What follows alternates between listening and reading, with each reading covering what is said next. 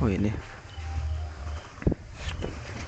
Assalamualaikum warahmatullahi wabarakatuh. Perkenalkan, nama saya Ananda Yuda, dengan NPM 2370 112087 di kelas 23 SI 03 JSK. Di sini saya akan mengerjakan tugas akhir dari ERP. Kita lanjut saja ke slide kedua. Topik tugas saya adalah draft analisis implementasi ERP pada PT Pragon Technology and Innovation. Kita langsung saja ke profil singkat perusahaan. PT Pragon Technology and Innovation merupakan salah satu korporasi manufaktur kosmetik terbesar di Indonesia yang menaungi merek-merek populer seperti Wardah, Makeover, Emina, dan Kaf. Berdiri sejak tahun 1985, perusahaan ini mengelola rantai pasok yang sangat masif, mencakup fasilitas produksi berbasis good manufacturing practice (GMP) hingga jaringan distribusi mandiri ke puluhan ribu retail di seluruh Indonesia. Guna menyatukan proses perencanaan, produksi, keuangan, dan logistik yang sangat kompleks, Pragon mengimplementasikan ekosistem ERP yang terintegrasi.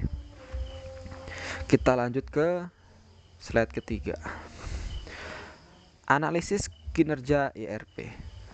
Penerapan ERP di Pragon mentransformasi operasional perusahaan dari sistem silo atau terisolasi menjadi ekosistem data tunggal atau single source of truth. Di sini ada 3. Yang pertama adalah integrasi logistik dan produksi.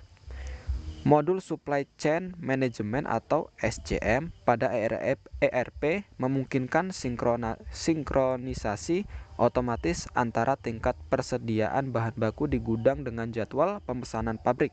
Hal ini meminimalkan risiko overstock atau kelebihan stok maupun stock out atau kekurangan stok. Yang kedua adalah efisiensi finansial. Konsolidasi laporan keuangan dari berbagai cabang distribusi di Indonesia dapat dilakukan secara real time, mempercepat proses penutupan buku bulanan secara signifikan. Nah, yang ketiga adalah akurasi data transaksi melalui modul Transaksi Processing System atau TPS. Volume transaksi penjualan harian yang sangat tinggi dari berbagai lini produk dapat divalidasi langsung tanpa rekonsiliasi manual yang rentan error. Kita lanjut ke slide keempat. Evaluasi aspek strategis. Secara strategis, ERP bukan sekedar alat bantu operasional bagi Pragon, melainkan penggerak keunggulan kompetitif atau competitive advantage. Yang pertama, agilitas pasar. Data penjualan langsung dari modul ERP memberikan visibilitas kepada manajemen untuk melihat tren produk yang sedang diminati. Kecepatan informasi ini membuat Pragon mampu meluncurkan inovasi produk baru, misalnya produk perawatan kulit harian, jauh lebih cepat daripada kompetitor global. Yang kedua ada skabilitas bisnis. Arsitektur ERP yang adaptif mempermudah Pragon saat melakukan ekspansi brand atau membuka pusat distribusi regional baru tanpa harus merombak total infrastruktur sistem informasi yang sudah ada. Kita lanjut ke slide nomor 5, yaitu KPI untuk mengukur kinerja ERP. Untuk mengukur keberhasilan sistem ERP ini secara objektif, terdapat beberapa indikator kinerja utama atau Key Performance Indicator yang digunakan. Yang pertama adalah meningkatkan perputaran stok barang jadi di gudang utama. Yang kedua ada pengurangan waktu pemrosesan dari pesanan masuk hingga siap kirim. Yang ketiga, durasi kegagalan sistem operasional di bawah 0,5% per bulan. Yang keempat, waktu yang dibutuhkan untuk sinkronisasi data cabang ke pusat. Yang kelima, proses penyusunan laporan keuangan konsolidasi di bawah 3 hari kerja. Kita lanjut ke slide berikutnya. yaitu adalah permasalahan yang masih ditemukan. Meskipun memberikan dampak positif yang sangat masif, sistem ERP di Pragon masih menghadapi beberapa kendala di lapangan. Yang pertama, asimetri data pada penjualan multi-channel, adanya jeda waktu, sinkronisasi inventaris antara penjualan di platform e-commerce, enablers eksternal dengan sistem ERP pergudangan utama. Yang kedua ada resistensi penggunaan lapangan. Pada unit distribusi regional yang baru dibuka, seringkali terjadi kesalahan input data atau human error akibat operator belum sepenuhnya fasih memetakan kode SKU atau stock keeping unit yang jumlahnya mencapai ribuan. Yang ketiga, ketergantungan konektivitas atau gangguan jaringan di area depo distribusi terpencil menyebabkan terhambatnya pemrosesan manifest pengiriman secara real time. Nah, kita akan lanjut ke slide berikutnya, analisis penyebab masalah. Apa sih analisis penyebab masalah itu? Nah, kita akan jelaskan ada 3 di sini. Yang pertama adalah kompleksitas API integrasi.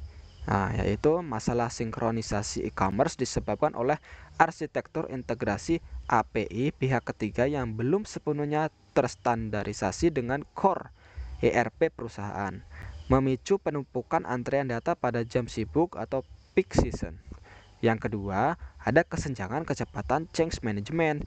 Pertumbuhan bisnis Pragon yang sangat agresif terkadang tidak diimbangi dengan intensitas pelatihan intensif bagi karyawan baru di tingkat operasional bawah, sehingga aspek user adoption rate melambat. Nah, yang ketiga ini ada infrastruktur jaringan regional. Ini tuh keterbatasan infrastruktur telekomunikasi di beberapa wilayah pelosok Indonesia menghambat efisiensi ERP yang berbasis cloud atau tersentralisasi. Nah, habis itu kita lanjut ke slide berikutnya. Rekomendasi perbaikan.